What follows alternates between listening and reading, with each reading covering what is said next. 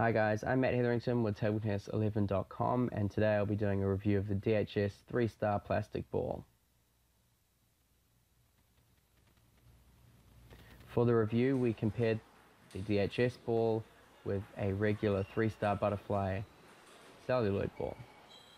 And we started with a very simple bounce test, where you'll notice straight away that the bounce of the plastic ball, the peak is lower on every bounce. So as you can see here, the ball bounces a little bit lower. It's not so significant in a bounce test.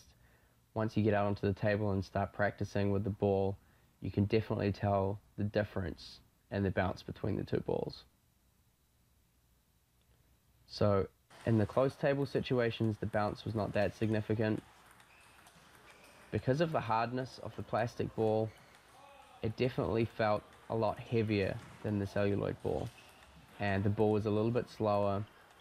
The control felt quite good, and that's something which reoccurred during the drill, is that in any part of the review and the testing, the consistency and the comfort that you have with the plastic ball is definitely better than the celluloid ball.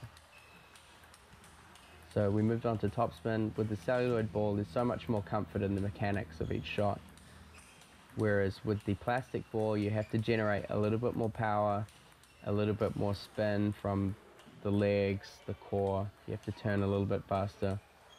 Sometimes the ball is dropping quite low. You can see here my practice partner, the bounce is shorter on the table, the ball is arcing a lot lower. The trajectory off blocking is not anywhere near as high as with the celluloid ball.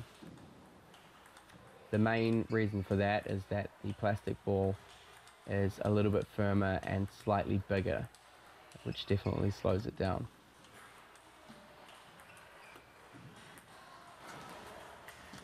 So when I moved on to blocking, the celluloid ball, you definitely have room to put more pace on the ball.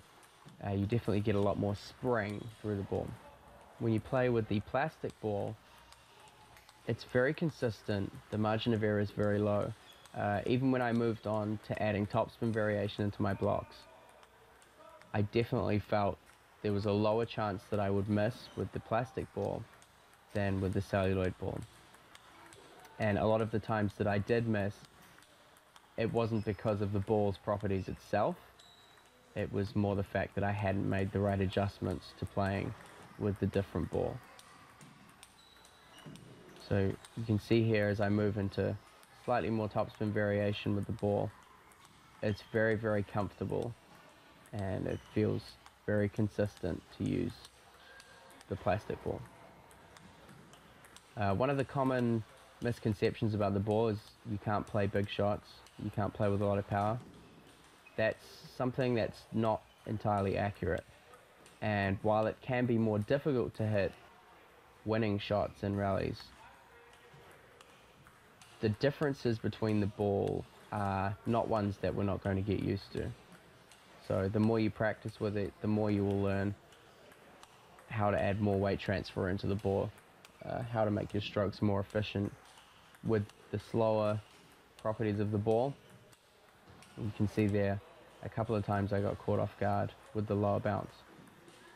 So one of the things that has been said about the ball is that it will be better for defensive players. And I found when I was playing against somebody who was chopping, I definitely had to give a little bit more bite into my shot to get the amount of topspin that I needed to get the ball over. And on a separate occasion, I did play against someone who had long pips on their backhand, and the amount of control that they had was definitely a lot higher, and it was more difficult to hit through them. So we moved on to short game, which is a very, very important part of the game. The plastic ball was a lot harder to keep low to the net, but once we made the necessary adjustments, even though we weren't able to impart that much spin on the ball, sometimes it did feel a little bit like we were floating the ball over the net. We were able to take the ball a little bit earlier, give the ball a little bit more nudge to get it over the net, and change the angles a little bit so we could keep that ball lower. In terms of service, I felt quite comfortable returning serve. It's still possible to get high amounts of spin on the serve. While not as quite as high as the celluloid ball, you can still get good service. So in these point scenarios, the opening balls were quite consistent. I was still able to make some powerful shots.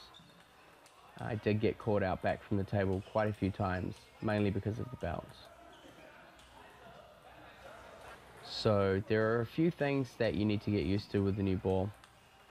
Mainly the distance that you play from the table. The ball does bounce lower. It is better to be closer to the table than further back.